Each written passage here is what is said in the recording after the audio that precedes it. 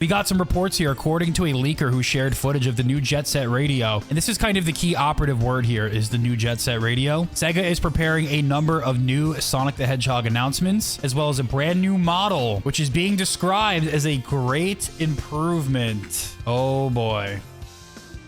It's like it never ends, huh? I don't even know what to make of this. I mean, one of the biggest things that people have been asking for since I don't even know how long is a new Sonic model. People have, you know, this model, the current Sonic model has been used since 2005 with varying alterations throughout the years. Probably the most notable one being from turning into Forces, the Forces model, being used in Frontiers and whatnot, which is kind of just an offshoot of the Generations model. Yeah, I think that's a big thing. It's kind of just this tireless discussion about the Sonic series lately. It's the same thing over and over and over again. I think we all want a new model. You know, it'll kind of signal higher fidelity for the next game. We saw the animation tests. We see that Mario Kishimoto has directly received feedback on Twitter. And, you know, he's like the game's, what is he, the lead producer or so? He's the, I forgot what he is. He's the producer for the game. So he's kind of like one of the head guys on it. Not only that, there's another thing about the Sonic series is that it's very connected to like the Sonic, I guess the Sonic social media team is very connected to the Twitter sphere, which is where a lot of these discussions kind of originate. I feel like they kind of leak over to YouTube, even though it's a smaller community over there. They do drive a lot of the chatter. And I think, I mean, clearly it's pretty evident that the social media team, I mean, they're definitely active. I don't know what their say is on really anything, but I do think that on some level, maybe some feedback does get relayed from the social teams to somebody on Sonic Team. I don't know. So to answer your question, someone in chat said, why does Jet Set Radio matter? Well, Jet Set Radio is an old Sega IP. They are bringing it back for 20 whatever year. I don't think we have a confirmed release date yet. So Jet Set Radio is another Sega IP. Apparently there was massive leaks. There was Persona leaks. There was, what else was there? There was the Jet Set Radio. They got high quality HD footage of Jet Set Radio. So these are all Sega franchises, Sega IPs. I don't know if this is the same leaker, right? We don't know if this is a first-hand source. We don't know who this is exactly. We do know that there is some type of leak that has at least a little bit more credibility than just someone reading a 4chan leak. Jet Set Radio seems cool. Not playing it though. I honestly would maybe play it. It looks kind of interesting. So they're bringing back all those old IPs, which is cool.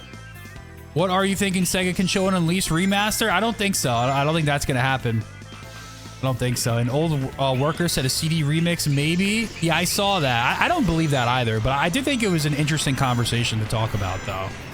So, with someone leaking credibly some other Sega stuff, allegedly there's a Sonic leak about them getting a new model. I don't think it's out of the realm of possibility.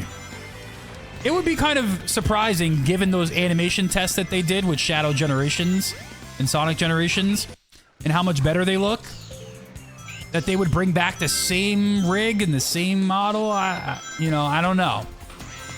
Maybe they're just testing to see if they can make it look better, but it seems like signs are kind of indicating towards higher budget for Sonic Team and them kind of taking some feedback into consideration. We know Mario Kishimoto. That's probably the most important person to be like kind of engaging with fans on Twitter and being receptive to what they say. I think he said that they're going to look at, you know, some type of implementation for new character models, or at least look at the feedback. Maybe not put it in the next game, but definitely address it, or at least take a look, you know? The only thing that's a little skeptical about Jet Set, though, leaks and Persona and all that stuff being tied to, you know, a Sonic leak, is that, you know, Sega has several studios under their belt. Like, I don't think Sonic Team has anything to do with those games as far as I'm aware. So it is possible that, you know, those leaks may not spill over into Sonic, but they're, you know, it is under the Sega publishing umbrella. So there could be some type of connection, but I think a new Sonic model, people have been so loud about it for so long. I think it's time. I think we're truly gonna get one. Watch this glitch right here, by the way. I think it really might be a strong possibility that it could happen, at least maybe for promotional material, maybe a new CGI model. Yeah, so these are the two models right here. Let's see. It doesn't look as stylized. I don't know. Like even the Generations model, which can look decent in game depending on the lighting. I feel like in game in particular doesn't look bad. Like the quill length over here, and then if you look at the Forces one, the short quills are definitely look kind of weird from the side. Like I feel like the side profile of the Generations model definitely looks a lot better than this. Is really, I know we like to meme on the short quills, but this is really where you kind of notice that difference.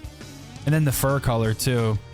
Like this looks like Sonic, and this looks like Santiago mixed in with modern Sonic. And this is currently like basically what they're going with in the game. So I feel like we definitely could use something a little better than this. I don't really know what they could do, but I feel like you see some of these fan games and the model I feel like kind of does look better sometimes. Sometimes in these cutscenes it looks stupidly ugly. But you know, there's some times where both these models kind of are serviceable and get the job done. I mean, these are like the T-pose this is the T-pose version. There's times where I don't even mind the Forces model, but I do think from the side it looks like it can be a little better. I think the biggest thing is people just want to see some change. One of the biggest reasons, now that I think about it, that people really were like really liking Super Mario Wonder when it first came out was kind of like the visuals of the game. The art style was really cool, and most importantly, if not for nothing, because the backgrounds look nice.